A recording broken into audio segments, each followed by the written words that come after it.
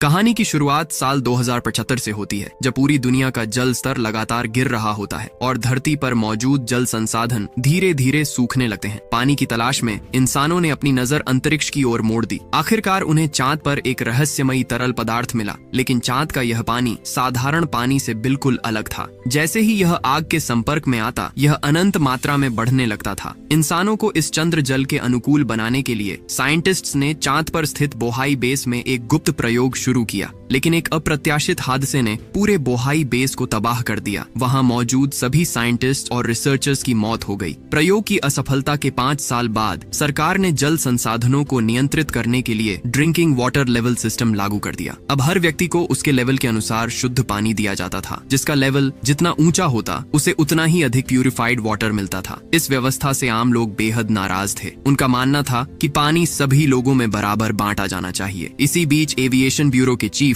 जिन पूर्व एस्ट्रोफिजिसिस्ट शियाओसोंग से मिलने पहुंचे, लेकिन अब शियाओसोंग एक एनिमल बिहेवियर एक्सपर्ट बन चुका था। चीफ जिन इस बार उसे एक स्पेशल मिशन में शामिल होने का निमंत्रण देने आए थे। शुरुआत में शियाओसोंग इस प्रस्ताव को ठुकराना चाहता था, लेकिन जैसे ही चीफ जिन ने बोहाई बेस का जिक्र किया, उसकी दिलचस्पी अचानक बढ़ गई। दरअसल 5 साल पहले हुए उसी हादसे में शियाओसोंग की बहन, जो बोहाई बेस की चीफ साइंटिस्ट थी, अपनी जान गंवा चुकी थी। इस मिशन का नेतृत्व कैप्टन हान कर रहे थे, जबकि सैंपल्स से जुड़े सभी कामों की जिम्मेदारी शियाओसोंग को सौंपी गई। टीम का लक्ष्य था कि बोहाई बेस हमेशा के लिए बंद होने से पहले वहां बचे हुए सैंपल्स को सुरक्षित पृथ्वी पर वापस लाया जाए। चांद पर उतरने के बाद उनके पास केवल 24 घंटे का समय होगा। इन सैंपल्स को हर समय लो टेम्परेचर में रखना अनिवार्य था और इस पूरे ऑपरेशन में जरा सी भी गलती की कोई गुंजाइश नहीं थी। मीटिंग खत्म होते ही पूरी टीम बिना देर किए लॉन्च साइट पर पहुंच गई। लेकिन सबसे हैरान करने वाली बात यह थी कि एविएशन ब्यूरो द्वारा अस्थायी रूप से नियुक्त किया गया को पायलट बाकी टीम के 5 मिनट बाद रवाना हुआ। कुछ ही देर में स्पेसशिप चांद की कक्षा में पहुंच गया, लेकिन वहां हो रही रहस्यमयी बारिश की वजह से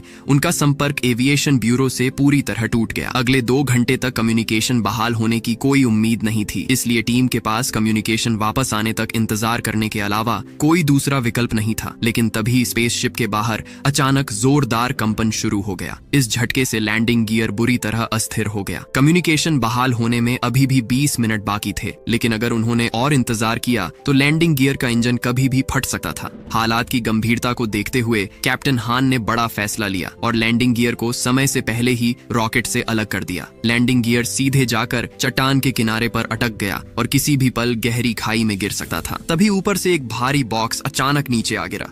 उसके टकराते ही स्पेसशिप का शीशा टूट गया और शियाओसोंग संतुलन खोकर नीचे गिरने लगा। सौभाग्य से कैप्टन हान ने समय रहते उसे पकड़ लिया और उसकी जान बचा ली, लेकिन इस हादसे में उनका सैटेलाइट कम्युनिकेशन सिस्टम पूरी तरह नष्ट हो गया।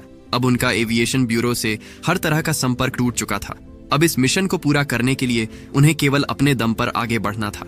लेकिन सबसे बड़ी चुनौती यह थी कि बोहाई बेस अभी भी उनसे पूरे 7 किलोमीटर दूर था। ऐसे में सिर्फ 24 घंटे के भीतर मिशन पूरा करना बिल्कुल भी आसान नहीं लग रहा था। उधर लैंडिंग गियर भी गहरी खाई में जा गिरा। कैप्टन हान, जो इस पूरी टीम में अकेले ऐसे व्यक्ति थे जिन्हें बोहाई बेस का पूरा रास्ता और नक्शा पता था, लैंडिंग के दौरान उनकी पसलियां भी टूट गई थीं। सांस लेने में तकलीफ की वजह से उनकी पुरानी बीमारी भी फिर से उभर आई। मिशन को समय पर पूरा करने के लिए टीम के पास कोई दूसरा रास्ता नहीं था। भारी मन से उन्हें कैप्टन हान को वहीं छोड़ना पड़ा और बाकी सभी सदस्य पूरी ताकत से बोहाई बेस की ओर दौड़ पड़े।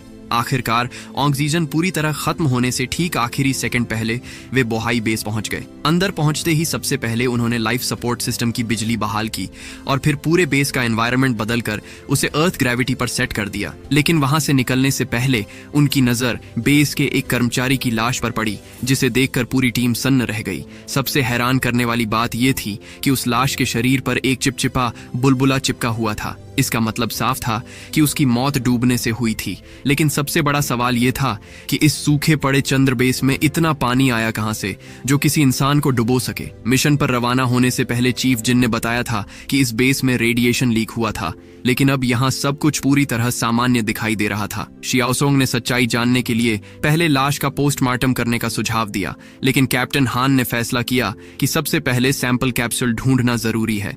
इसके बाद पूरी टीम कंट्रोल रूम पहुंची और दोबारा पावर सिस्टम चालू कर दिया। देखते ही देखते पूरा बोहाई बेस फिर से सक्रिय हो गया, लेकिन इसके बावजूद उनका एविएशन ब्यूरो से संपर्क स्थापित नहीं हो सका। अच्छी बात यह थी कि बेस का सर्वाइवल सिस्टम अभी भी पूरी तरह काम कर रहा था। एयर प्यूरिफिकेशन सिस्टम चालू होते ही अंदर का वातावरण बिल्कुल पृथ्वी जैसा हो गया। इसलिए अब सभी लोग भारी स्पेस हेलमेट उतार सके और पहली बार राहत की सांस ली। तभी उन्हें बेस का ब्लूप्रिंट मिला। उसमें लाल रंग से चिन्हित जगहों पर केवल लेवल 1 क्लियरेंस वाले लोगों को ही प्रवेश की अनुमति थी, लेकिन उन कमरों के बारे में कोई जानकारी मौजूद नहीं थी। ऐसा लग रहा था कि शायद बेस के सामान्य सदस्यों को भी नहीं पता था कि उन कमरों के अंदर क्या छिपा है। सबसे अजीब बात यह थी कि एविएशन ब्यूरो जिन इलाकों को कंटेमिनेशन जोन बता रहा था, वे सभी लेवल 1 रिस्ट्रिक्टेड एरिया ही निकले। क्या यह सिर्फ एक संयोग था या इसके पीछे कोई बड़ा राज छिपा था? समय कम होने की वजह से कैप्टन हान ने पूरी टीम को अलग अलग होकर तलाश करने का आदेश दिया। उन्होंने कहा कि जैसे ही किसी को सैंपल कैप्सूल मिले, वह तुरंत उसका टेम्परेचर रेगुलेटर चेक करे। अगर रेगुलेटर पर रेड लाइट जल रही हो तो उसे किसी भी हालत में छूना नहीं है और तुरंत डॉ सॉन्ग को बुलाना है। इसी दौरान शियाओसोंग को पता चला कि मिशन शुरू होने से पहले बेस के हर सदस्य के शरीर में एक पहचान वाला चिप लगाया गया था। वह सेंट्रल कंट्रोल सिस्टम की मदद से अपनी बहन की लोकेशन पता करना चाहता था, लेकिन लंबे समय से सिस्टम बंद होने की वजह से चिप रिकॉग्निशन फंक्शन पूरी तरह निष्क्रिय हो चुका था। मजबूर होकर पूरी टीम अलग अलग दिशाओं में सैंपल कैप्सूल की तलाश में निकल पड़ी। खोजबीन के दौरान शियाओसोंग को एक रहस्यमयी सुरंग दिखाई दी और उसी समय उसे कैप्टन हुआंग की कही हुई बातें याद आने लगीं। दूसरी ओर कैप्टन हान और बाकी सदस्य एक बंद वेयरहाउस का दरवाजा खोलते हैं। दरवाजा खुलते ही अंदर का नजारा देखकर सभी के पैरों तले जमीन खिसक जाती है। वहां बेस के कई सदस्यों की लाशें पड़ी थीं। ऐसा लग रहा था कि मरने से पहले उन्होंने बाहर निकलने के लिए जबरदस्त संघर्ष किया था। एयरफोर्स की रिपोर्ट के अनुसार एरिया बंद होने से पहले ही सभी लोगों की मौत हो चुकी थी, लेकिन घटनास्थल कुछ और ही कहानी बयां कर रहा था। साफ दिखाई दे रहा था कि उन लोगों को जिंदा अंदर बंद कर दिया गया था और उनकी मौत भी डूबने से हुई थी। अब यह रहस्य और भी गहरा हो चुका था। कुछ देर बाद दोनों टीमें एक साथ वेयरहाउस नंबर 1 और वेयरहाउस नंबर 2 का दरवाजा खोलती हैं, लेकिन वहां पहले से किसी के खोजबीन करने के निशान मौजूद थे। उन्हें एक भी पूरा सैंपल कैप्सूल नहीं मिला। इसी बीच शियाओसोंग जब वेयरहाउस नंबर 3 पहुंचा तो उसे अचानक किसी अज्ञात जीव का सिग्नल मिला। अब सवाल यह था कि क्या इस बेस में उनके अलावा भी कोई जिंदा मौजूद है? तभी लीची ने घबराकर शियाओसोंग को तुरंत कंट्रोल रूम बुलाया और कहा कि वह किसी तरह चिप की आइडेंटिटी रिकॉग्निशन फंक्शन दोबारा चालू करे। शियाओसोंग बिना समय गंवाए सेंट्रल कंट्रोल रूम की ओर निकल पड़ा। उसी समय सूचान ने गलती से सैंपल मैप पर पड़ी लाश को छू लिया।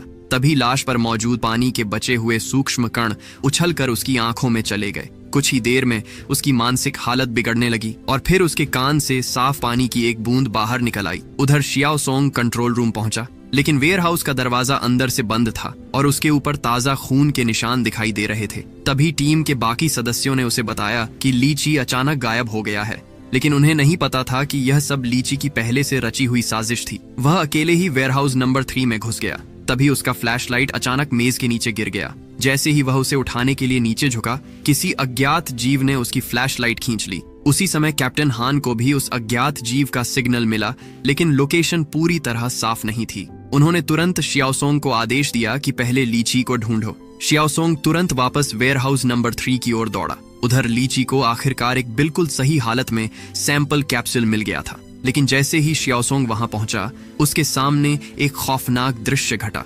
अज्ञात जीव ने अचानक लीची पर हमला कर दिया और उसे वहीं बेरहमी से मार डाला। बाद में डॉ होंग ने उसकी लाश की जांच की तो पता चला कि उसके पूरे शरीर की कई हड्डियां टूट चुकी थीं। घटनास्थल देखकर साफ था कि इतनी गंभीर चोटें सिर्फ छत से गिरने पर नहीं लग सकती थीं।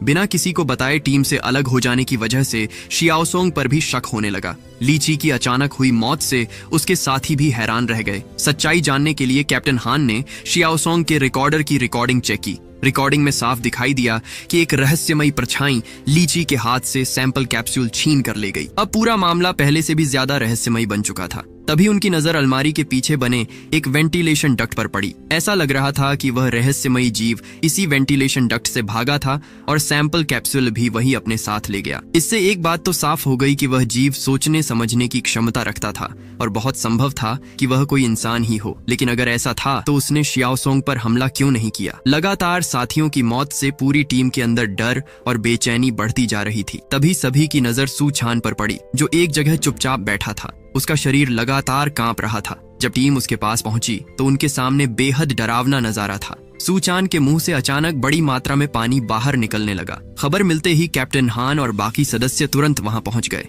डॉ होंग ने सभी को तुरंत प्रोटेक्टिव सूट पहनने और सूचान को बचाने की कोशिश करने के लिए कहा, लेकिन तब तक बहुत देर हो चुकी थी। उसके पूरे शरीर में पानी फैल चुका था। उसके सभी अंदरूनी अंग पूरी तरह नष्ट हो चुके थे। यहाँ तक कि जब उसका खून निकाला गया तो वह भी खून नहीं बल्कि साफ पानी बन चुका था। लगातार 3 साथियों की मौत ने पूरी टीम को अंदर तक हिला दिया। कैप्टन हान ने किसी तरह सभी का हौसला बढ़ाया और साथ ही नई जिम्मेदारियां भी बांट दी। डॉ होंग और उनकी टीम को लाशों का पोस्टमार्टम करके मौत की असली वजह पता लगाने का काम सौंपा गया, जबकि कैप्टन हान कुछ सदस्यों के साथ उस रहस्यमयी जीव का पीछा करने निकल पड़े। वेंटिलेशन डक्ट के अंदर आगे बढ़ते हुए उन्हें दीवारों पर कुछ अजीब निशान दिखाई दिए, लेकिन थोड़ी दूर जाने के बाद उनका रास्ता एक भारी सिक्योरिटी गेट ने रोक दिया। वह गेट केवल लेवल 1 क्लियरेंस वाले सदस्य ही खोल सकते थे। उसके पीछे क्या छिपा था यह किसी को नहीं पता था। मजबूर होकर सभी वापस कंट्रोल रूम लौट आए। दूसरी तरफ सूचान ने बेस के कर्मचारियों के बॉडी सैंपल्स की तुलना की। जांच में पता चला कि उसकी मौत का तरीका भी बिल्कुल उन्हीं लोगों जैसा था, लेकिन हैरानी की बात यह थी कि किसी भी शरीर में इन्फेक्शन का एक भी निशान नहीं मिला। अब सबसे बड़ा सवाल यही था कि आखिर इतना पानी आया कहां से। तभी डॉ होंग ने सूचान के शरीर से निकाले गए तरल पदार्थ की जांच की। उसमें 2 अलग-अलग कंपोनेंट्स मिले, लेकिन कोई भी यह नहीं समझ पाया कि वह आखिर क्या थे। उधर इंजीनियर्स पूरे बेस के सिस्टम की जांच कर रहे थे। उन्हें पता चला कि पृथ्वी से संपर्क टूटने की वजह कम्युनिकेशन टावर के डेटा प्रोसेसर की खराबी थी। उसे ठीक करने के लिए किसी को बेस के बाहर जाकर नया उपकरण लगाना पड़ेगा, लेकिन समस्या यह थी कि बेस की एलिवेटर पहले से ही खराब थी। इतना बड़ा जोखिम उठाने की हिम्मत किसी में नहीं थी। आखिरकार कैप्टन हान ने खुद बाहर जाने का फैसला किया। रवाना होने से पहले शियाओसोंग ने कैप्टन हान से कहा कि उसे लगता है वह रहस्यमयी जीव उसे नुकसान नहीं पहुंचाना चाहता था। उसने ली ची पर हमला इसलिए किया क्योंकि उसने उसकी सीमा में घुसने की कोशिश की थी। साथ ही वह वेंटिलेशन डक्ट का इस्तेमाल करके हर बार उनसे पहले अपनी जगह बदल लेता था। इसका मतलब साफ था कि उसे बेस का हर रास्ता अच्छी तरह पता था। बहुत संभव था कि वह बोहाई बेस का कोई ऐसा सदस्य हो जो पिछले 5 सालों से यहीं जिंदा रह रहा हो, क्योंकि अगर उसने यहाँ मौजूद सप्लाईज का सही इस्तेमाल किया हो तो उसका इतने साल तक बचना असंभव नहीं था। लेकिन कैप्टन हान ने इस अनुमान को मानने से इनकार कर दिया। इसके बाद वह 2 अन्य साथियों के साथ एलिवेटर के पास पहुंचे। नीचे फैली अंधेरी बोहाई कैनियन को देखकर उन्हें पृथ्वी पर मौजूद अपनी बेटी की याद आ गई। उनकी बेटी एक खतरनाक वायरस से संक्रमित थी और सामान्य होने के लिए उसे उच्च स्तर का शुद्ध पानी पीना जरूरी था। यही वजह थी कि कैप्टन हान ने इस जानलेवा मिशन में हिस्सा लिया था। मिशन को हर हाल में पूरा करने के लिए उन्हें लगभग 100 मीटर ऊंचाई से रस्सी के सहारे नीचे उतरना पड़ा, लेकिन उतरते समय अचानक खराब पड़ी एलिवेटर अपने आप चालू हो गई और तेज रफ्तार से ऊपर की ओर बढ़ने लगी। सौभाग्य से कैप्टन हान ने समय रहते तेजी से आती एलिवेटर से खुद को बचा लिया, लेकिन खतरा अभी टला नहीं था। कुछ ही सेकंड बाद पूरी एलिवेटर ऊपर से टूटकर नीचे गिर गई। मौत सामने खड़ी थी, लेकिन ठीक उसी पल कैप्टन हान रस्सी के सहारे लटक गए और बाल बाल बच निकले। हालांकि इस दौरान उनका काफी ऑक्सीजन खर्च हो चुका था। किसी तरह वह कम्युनिकेशन स्टेशन तक पहुंच गए, लेकिन अब उनके सूट में ऑक्सीजन बेहद कम बची थी। टीम के सदस्यों ने उन्हें तुरंत वापस लौटकर ऑक्सीजन भरने की सलाह दी, लेकिन कैप्टन हान ने किसी की बात नहीं मानी। उन्होंने फैसला किया कि पहले कम्युनिकेशन सिस्टम को ठीक करना जरूरी है। आखिरकार उन्होंने अपनी जान जोखिम में डालकर सिस्टम सफलतापूर्वक रिपेयर कर दिया, लेकिन इसकी कीमत उन्हें अपनी जान देकर चुकानी पड़ी। ऑक्सीजन खत्म होने की वजह से वह बेहोश होकर गिर पड़े। सौभाग्य से उनके साथी समय पर वहां पहुंच गए और उन्हें मौत के मुंह से वापस खींच लाए, लेकिन कम्युनिकेशन सिस्टम ठीक होने के बाद भी उनका पृथ्वी से संपर्क स्थापित नहीं हो सका। तभी उन्हें बेस के बाहर से एक रहस्यमयी सिग्नल मिला। सिग्नल की लोकेशन वही स्टोरेज रूम नंबर 3 थी जहां लीची की मौत हुई थी। पूरी टीम तुरंत वहां पहुंची। तलाशी लेने पर उन्हें लीची के पास एक पुराना कम्युनिकेशन डिवाइस मिला। तभी सच्चाई सामने आई कि लीची एक रहस्यमयी संगठन के लिए जासूसी कर रहा था।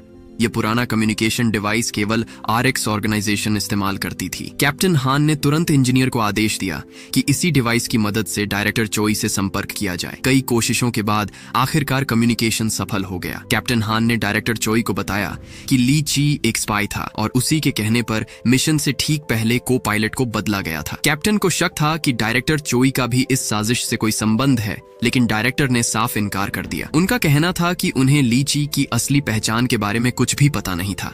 इसके बाद कैप्टन ने उन्हें बताया कि बेस के अंदर शायद कोई सर्वाइवर मौजूद है जिसने उन पर हमला किया। हैरानी की बात यह थी कि स्पाई की बात सुनकर डायरेक्टर चोई चौंक गए, लेकिन सर्वाइवर का नाम सुनकर उन्होंने कोई खास प्रतिक्रिया नहीं दी। ऐसा लग रहा था मानो उन्हें पहले से ही इस बात का अंदाजा हो। फिर भी उन्होंने यही कहा कि उन्हें बेस के अंदर की असली स्थिति की जानकारी नहीं है और वह किसी सर्वाइवर के होने पर विश्वास नहीं करते। उन्होंने बार बार एक ही बात दोहराई कि सैंपल को पृथ्वी पर लाने से भी ज्यादा जरूरी है यह सुनिश्चित करना कि मून वाटर किसी भी हालत में लीक न हो। मिशन जल्दी पूरा करने के लिए डायरेक्टर ने कैप्टन हान को फुल एक्सेस कोड भेज दिया। दूसरी तरफ शियाओसोंग लगातार सैंपल का रहस्य समझने की कोशिश कर रहा था। अचानक उसने बिना कुछ सोचे अपनी हथेली काट ली और अपने खून को सैंपल के साथ मिलाया। तभी उसकी आंखों के सामने एक चौंकाने वाला दृश्य हुआ। जैसे ही सैंपल खून के संपर्क में आया वह तेजी से बढ़ने लगा। तभी शियाओसोंग को समझ आया कि सू चान की मौत कैसे हुई थी। यह सैंपल तब तक लगातार बढ़ता रहता है जब तक उसके होस्ट की सांसें पूरी तरह बंद न हो जाएं। इसके बाद शियाओसोंग सीधे कंट्रोल रूम पहुंचा और कैप्टन हान से सवाल किया कि क्या उन्हें शुरू से ही मून वाटर का सच पता था। अब कैप्टन के पास सच्चाई छिपाने का कोई कारण नहीं बचा था। उन्होंने बताया कि कई साल पहले इंसानों ने चांद पर मून वाटर की खोज कर ली थी। सरकार को विश्वास था कि अगर इसे सुरक्षित पृथ्वी पर ले आया जाए तो पूरी मानव जाति को बचाया जा सकता है और इस मून वाटर की खोज सबसे पहले शियाओसोंग की बहन ने ही की थी। लेकिन एविएशन ब्यूरो ने मून वाटर का सबसे खतरनाक सच सबसे छिपा कर रखा। यह तरल पदार्थ अनंत मात्रा में बढ़ सकता था और यही वह असली कारण था जिसकी वजह से 5 साल पहले पूरा बोहाई बेस नष्ट हो गया था। अब इस रहस्य के बारे में और जानकारी पाने के लिए टीम लेवल 1 डेटाबेस में पहुंची। वहां उन्हें एक विशाल डेटाबेस मिला। तभी कैप्टन हान की नजर जमीन पर पड़े एक हरे रंग के कागज पर गई। उसके ठीक बगल में एक सीक्रेट डोर भी मौजूद था। दरवाजा खोलते ही उन्हें पता चला कि वही हरा कागज कई गुप्त जानकारियों से भरा हुआ था। तभी शियाओसोंग को याद आया कि 5 साल पहले उसकी बहन ने उसे एक रहस्यमयी ईमेल भेजा था जिसमें उसने केवल एक नाम लिखा था, लूना। कैप्टन हुआंग ने भी उसे बताया था कि लूना बोहाई बेस का सीक्रेट डेटाबेस है। पूरी टीम नीचे उतरी तो उनके सामने हैरान कर देने वाला नजारा था। वहां केवल विशाल हरे रंग की संरचना ही नहीं थी बल्कि एक सुरक्षित सैंपल भी रखा हुआ था। वहीं पास में टूटी हुई सैंपल बॉटल भी पड़ी थी। सिर्फ एक छोटी सी टूटी हुई बॉटल से निकले मून वाटर ने इतनी विशाल हरी संरचना को जन्म दे दिया था। अब सभी को समझ आ गया कि अगर इस सैंपल को सुरक्षित पृथ्वी पर ले जाकर मून वाटर को नियंत्रित कर लिया जाए तो शायद बर्बाद हो चुकी पृथ्वी को फिर से बचाया जा सकता है। लेकिन जैसे ही टीम सैंपल कलेक्ट करने लगी, कैप्टन हान को बार बार ऐसा महसूस होने लगा कि कोई छिपकर उन पर नजर रख रहा है। तभी अचानक बिजली जैसी रफ्तार से एक रहस्यमयी छोटी लड़की उनके सामने दिखाई दी। किसी के कुछ समझने से पहले ही उसने टीम के एक सदस्य पर हमला किया और पल भर में उसका पूरा हाथ शरीर से अलग कर दिया। उसी दौरान टीम के एक सदस्य ने कांपते हुए फैट गन से उस रहस्यमयी लड़की पर गोली चला दी। गोली लगते ही मून वाटर का सैंपल टूट गया और वह छोटी लड़की भी मौका पाकर वहां से भाग निकली। सभी जानते थे कि टूटा हुआ मून वाटर कुछ ही देर में अनियंत्रित रूप से बढ़ने लगेगा, इसलिए पूरी टीम को बाकी सैंपल लेकर तुरंत वहां से निकलना पड़ा। इस भगदड़ में एक सदस्य की मौत हो गई जबकि दूसरा गंभीर रूप से घायल होकर बेहोश हो गया। तभी शियाओसोंग ने एनिमल बिहेवियर की अपनी समझ का इस्तेमाल करते हुए उस लड़की के व्यवहार का विश्लेषण किया। उसे एहसास हुआ कि वह किसी पर हमला करने नहीं बल्कि मून वाटर की रक्षा करने आई थी। कैप्टन हान ने तुरंत डायरेक्टर चोई से दोबारा संपर्क किया। जैसे ही डायरेक्टर ने देखा कि टीम मून वाटर तक पहुंच चुकी है, उन्होंने तुरंत सहायता भेजने का वादा किया। लेकिन उन्होंने साफ शब्दों में कहा कि मदद पहुंचने से पहले हर हाल में मून वाटर को सुरक्षित रखना होगा, चाहे इसके लिए उस छोटी लड़की को मारना ही क्यों न पड़े। कैप्टन हान ने डायरेक्टर से उस लड़की की असली पहचान पूछी। उन्होंने कहा कि शायद वह बोहाई बेस की कोई सर्वाइवर है, लेकिन डायरेक्टर चोई ने टालते हुए जवाब दिया, अगर मैं तुम्हें सच बता भी दूं तो क्या बदल जाएगा। कम्युनिकेशन खत्म होने के बाद डायरेक्टर चोई के पास रखी एक तस्वीर दिखाई देती है जिसमें वह उसी छोटी लड़की के साथ खड़े होते हैं। अब यह साफ हो चुका था कि इस लड़की और डायरेक्टर के बीच कोई गहरा राज छिपा है। इसके बाद कैप्टन हान ने टीम को अलग अलग होकर उस लड़की को पकड़ने का आदेश दिया, लेकिन शियाओसोंग ने कहा कि वह पहले डेटाबेस में जाकर मून वाटर से जुड़ी सारी जानकारी इकट्ठा करना चाहता है ताकि इस पूरे रहस्य की सच्चाई सामने आ सके। आखिरकार कैप्टन ने डॉ होंग को उसके साथ भेज दिया। दोनों जल्द ही डेटाबेस पहुंच गए, लेकिन वहां जाकर उन्होंने देखा कि मून वाटर से जुड़ा पूरा डेटा पूरी तरह खाली था। साफ था कि किसी ने जानबूझकर सारी जानकारी मिटा दी थी। उसी समय इंजीनियर ने भी अपना असली चेहरा दिखा दिया। वह दरअसल आरएक्स ऑर्गेनाइजेशन का स्पाई था। उसका मिशन केवल मून वाटर हासिल करना ही नहीं बल्कि पूरी टीम को खत्म करना भी था। जैसे ही वह मून वाटर लेकर निकलने वाला था, तभी डॉ होंग और शियाओसोंग वहां पहुंच गए। उसने झूठ बोलते हुए कहा कि वह सुरक्षा के लिए सैंपल को कंट्रोल रूम में ले जा रहा है, लेकिन शियाओसोंग को उसकी बात पर तुरंत शक हो गया क्योंकि कैप्टन हान ने सैंपल ट्रांसफर करने का कोई आदेश नहीं दिया था और सैंपल से जुड़ा हर फैसला वही लेता था। अब इंजीनियर समझ गया कि उसका भेद खुलने वाला है। उसने दोनों को मारने का फैसला किया। तभी अचानक दरवाजे के बाहर वही रहस्यमयी छोटी लड़की दिखाई दी। खबर मिलते ही कैप्टन हान भी अपनी टीम के साथ वहां पहुंच गए। शियाओसोंग ने सभी को रोकते हुए कहा कि कोई भी जल्दबाजी न करे। वह उस लड़की का भरोसा जीतना चाहता था। इसके बाद उसने धीरे धीरे मून वाटर का सैंपल उठाकर मेज पर रख दिया। यह देखकर छोटी लड़की एकदम शांत हो गई। तभी शियाओसोंग की नजर उसके शरीर पर लगे नेम प्लेट पर पड़ी। उसे देखकर उसके पैरों तले जमीन खिसक गई, क्योंकि उस नेम प्लेट पर उसकी बहन का नाम लिखा हुआ था। लेकिन जैसे ही छोटी लड़की ने मून वाटर का सैंपल उठाया, इंजीनियर ने उस पर गोली चला दी। हैरानी की बात यह थी कि मून वाटर के संपर्क में आने के बाद लड़की को कुछ भी नहीं हुआ। उल्टा मून वाटर ने उसके शरीर का घाव कुछ ही सेकंड में भर दिया। इससे पहले कि कोई कुछ समझ पाता, वह अपनी अविश्वसनीय रफ्तार से वहां से भाग निकली। अब यह साफ हो चुका था कि उसका शरीर मून वाटर के अनुकूल बन चुका है, यानी वही पूरी मानव जाति के बचने की आखिरी उम्मीद हो सकती थी। इसके बाद कैप्टन हान ने एक गुप्त चैनल के जरिए चीफ जिन से संपर्क किया और बोहाई बेस के बारे में सच्चाई पूछनी चाहिए। लेकिन चीफ जिन ने केवल इतना कहा कि उन्हें अपने सभी जवाब शियाओसोंग से मिल जाएंगे। तब शियाओसोंग ने कैप्टन हान को बताया कि उसे पूरा यकीन है कि मून वाटर से जुड़ी सारी जानकारी उसकी अपनी बहन ने ही जानबूझकर डेटाबेस से मिटाई थी। शियाओसोंग का मानना था कि उसकी बहन ने मून वाटर से जुड़ी सारी जानकारी जानबूझकर मिटाई थी, ताकि यह खतरनाक तरल पदार्थ भविष्य में और लोगों की जान न ले सके। क्योंकि वह रहस्यमयी लड़की बार बार मून वाटर की रक्षा कर रही थी, इसलिए कैप्टन हान ने एक नई योजना बनाई। उन्होंने फैसला किया कि मून वाटर के सैंपल को चारे की तरह इस्तेमाल करके उस लड़की को जाल में फंसाया जाएगा और उसे जिंदा पकड़ लिया जाएगा। दूसरी तरफ इंजीनियर ने चोरी छिपे RX ऑर्गेनाइजेशन से संपर्क किया। उसने मून वाटर के साथ साथ उस रहस्यमयी लड़की को भी सौदे का हिस्सा बना दिया। इसके बाद उसने मौका मिलते ही सैंपल चुरा लिया। लेकिन उसे पता नहीं था कि घायल साथी को पहले ही होश आ चुका था। उसने इंजीनियर की पूरी साजिश सुन ली थी। इंजीनियर के जाते ही वह कैप्टन हान को सब कुछ बताने वाला था, लेकिन तभी इंजीनियर अचानक वापस लौट आया और बिना कुछ सोचे समझे उसे गोली मारकर हमेशा के लिए चुप करा दिया। उधर कैप्टन हान और शियाओसोंग अपनी योजना में सफल हो गए। उन्होंने मून वाटर की मदद से उस लड़की को फंसा लिया। गेट में उसका पैर बुरी तरह फंस गया। शियाओसोंग उससे हो रही तकलीफ देख नहीं पाया और उसे सहारा देने के लिए आगे बढ़ा। तभी उसकी नजर लड़की की गर्दन पर बने लूना 073 के निशान पर पड़ी। उसी मौके का फायदा उठाकर कैप्टन हान ने उसे बेहोशी का इंजेक्शन लगा दिया। दूसरी तरफ डॉ होंग ने देखा कि मून वाटर का सैंपल गायब है। खोजते खोजते उन्हें लो टेम्परेचर बॉक्स के अंदर अपने साथी की लाश मिली। उन्होंने तुरंत इसकी सूचना कैप्टन हान को दी। इसी बीच इंजीनियर सैंपल लेकर कंट्रोल रूम पहुंचा और पूरे बेस के सभी रास्ते बंद कर दिए। देखते ही देखते पूरे बोहाई बेस में अफरा तफरी मच गई। उधर लूना भी बेहोशी की दवा का असर खत्म होते ही भाग निकली। वहीं शियाओसोंग गेट के अंदर ही फंस गया। उसने कैप्टन हान की बात नहीं मानी और अकेले ही लूना के पीछे निकल पड़ा। कुछ देर बाद वह उसका पीछा करते हुए एक कमरे तक पहुंचा। शायद यही लूना का रहने का कमरा था। कमरे की खिड़की से दूर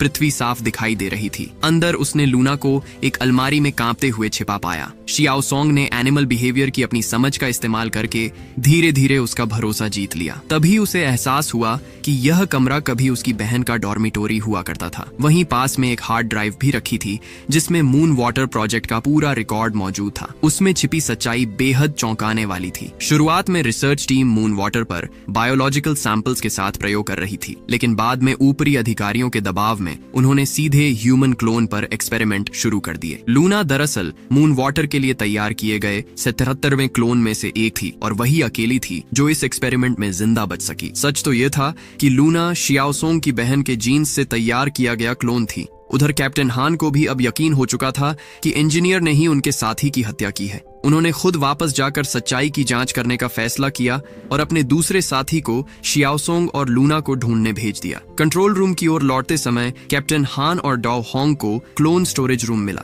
अंदर का नजारा देखकर दोनों के होश उड़ गए। उसी समय कंट्रोल रूम पहुंचा मोटा साथी यानी लिटिल फैटी इंजीनियर के हमले का शिकार हो गया। कई गोलियां लगने के बाद उसने आखिरी कोशिश करते हुए मून वाटर का सैंपल निकाल लिया और इंजीनियर को धमकाने लगा, लेकिन इंजीनियर ने उस पर फिर से गोलियां चला दी। गोली लगते ही सैंपल टूट गया और बहता हुआ मून वाटर सीधे लिटिल फैटी के शरीर के संपर्क में आ गया। इंजीनियर ने तुरंत दरवाजा बंद कर दिया और उसे अंदर ही फंसा दिया। कुछ ही पलों बाद लिटिल फैटी के मुंह से तेजी से पानी निकलने लगा। थोड़ी देर बाद इंजीनियर ने मून वाटर वाले स्टोरेज को भी खोल दिया। अब अनियंत्रित गति से बढ़ता मून वाटर पूरे बोहाई बेस को डुबाने वाला था। इसी बीच कैप्टन हान और डॉ हॉन्ग भी कंट्रोल रूम पहुंच गए। वहां उन्होंने लिटिल फैटी की लाश देखी, लेकिन दुख मनाने का समय नहीं था। कैप्टन हान ने तुरंत बेस का मुख्य गेट खोल दिया, डॉ हॉन्ग को लैबोरेटरी में इंतजार करने का आदेश दिया और खुद इंजीनियर का पीछा करने निकल पड़े। दूसरी तरफ इंजीनियर मून वाटर लेकर लूना को खोज रहा था। तभी कैप्टन का दूसरा साथी भी शियाओसोंग और लूना तक पहुंच गया। लूना हमला करने ही वाली थी, लेकिन शियाओसोंग तुरंत उसके सामने आकर ढाल बनकर खड़ा हो गया। उसी समय कैप्टन हान ने अपने साथी को कम्युनिकेशन के जरिए सूचना दी कि इंजीनियर उनकी तरफ बढ़ रहा है। उन्होंने सख्त आदेश दिया कि किसी भी हालत में लूना पर गोली नहीं चलानी है और तीनों तुरंत लेबोरेटरी पहुंचकर डॉ हॉन्ग से मिले। जब तक इंजीनियर वहां पहुंचा तब तक शियाओसोंग, लूना और उनका साथी वहां से निकल चुके थे। लेकिन इस बार इंजीनियर सीधे कैप्टन हान के जाल में फंस गया। दोनों के बीच जबरदस्त हाथापाई हुई और आखिरकार कैप्टन हान ने इंजीनियर को काबू में कर लिया। कैप्टन ने उससे पूछा कि वह यह सब क्यों कर रहा है। इंजीनियर ने केवल इतना कहा, तुम्हें बिल्कुल भी नहीं पता कि इस बेस में आखिर हुआ क्या था। तभी कम्युनिकेशन डिवाइस पर संदेश आया कि कैप्टन पर हमला हो गया है। अगले ही पल दोनों ने एक साथ अपनी अपनी बंदूक निकाल ली और लड़ते लड़ते फिर से पानी से भरे हिस्से में जा गिरे। उसी समय मून वाटर पाइप की दरारों से बाहर निकलने लगा और कुछ ही पलों में उसने एक विशाल पानी की दीवार बना दी। इस अफरा तफरी का फायदा उठाकर इंजीनियर किसी तरह वहां से भाग निकला। दूसरी ओर मून वाटर वेंटिलेशन पाइप के रास्ते बेस के बाहर निकल गया, जहां चांद के बेहद कम तापमान ने उसे तुरंत बर्फ में बदल दिया। इधर रास्ते में चलते समय शियाओसोंग के चेहरे पर गलती से मून वाटर की कुछ बूंदें गिर गईं। लेबोरेटरी पहुंचने के बाद उसने डॉ हॉन्ग और अपने साथी को बोहाई बेस का पूरा सच बता दिया। असलियत ये थी कि बोहाई बेस को इसलिए बंद किया गया था ताकि मून वाटर प्रोजेक्ट की सच्चाई दुनिया के सामने न आए और सरकार को अंतर्राष्ट्रीय आलोचना का सामना न करना पड़े। ये सुनकर डॉ हॉन्ग पूरी तरह घबरा गईं। उन्हें एहसास हुआ कि अगर वे जिंदा पृथ्वी पर लौट भी गए तब भी सरकार उन्हें सच छिपाने के लिए मरवा सकती है। शियाओसोंग ने बताया कि डायरेक्टर चोई ने उसे इस मिशन के लिए इसलिए चुना था क्योंकि उसकी बहन मून वाटर प्रोजेक्ट की चीफ साइंटिस्ट थी। उन्हें पूरा विश्वास था कि अपनी बहन की प्रतिष्ठा बचाने के लिए शियाओसोंग कभी भी दुनिया के सामने पूरी सच्चाई नहीं लाएगा। तभी कैप्टन हान भी लैबोरेटरी में वापस लौट आए। उन्होंने सभी को तुरंत बोहाई बेस छोड़ने का आदेश दिया क्योंकि कुछ ही देर में मून वाटर पूरे बेस में फैलने वाला था। लेकिन तभी शियाओसोंग के शरीर में भी बदलाव शुरू हो गए। उसकी आंखों के सामने सब कुछ धुंधला होने लगा। अपने साथियों की सुरक्षा के लिए उसने तुरंत खुद को सबसे अलग कर लिया। कुछ ही देर बाद उसे जोर जोर से उल्टियां होने लगीं और धीरे धीरे वह बेहोश हो गया। लेकिन थोड़ी देर बाद एक चौंकाने वाली घटना हुई। शियाओसोंग दोबारा जिंदा हो गया। दरअसल पहले लूना ने उसके हाथ पर काट लिया था और उसी के म्यूटेशन जीन ने उसके शरीर को मून वाटर के प्रभाव से बचा लिया। इसके बाद सभी ने चीफ जिन से संपर्क किया। चीफ जिन ने बताया कि रेस्क्यू स्पेसशिप चांद की कक्षा में प्रवेश कर चुका है। लेकिन उसी समय एक और अज्ञात स्पेसशिप भी चांद की ओर बढ़ रहा था, जो शायद RX ऑर्गेनाइजेशन की तरफ से इंजीनियर को लेने आया था। आखिर में शियाओसोंग ने चीफ जिन से एक सवाल पूछा कि अगर वे लूना को पृथ्वी पर ले जाएंगे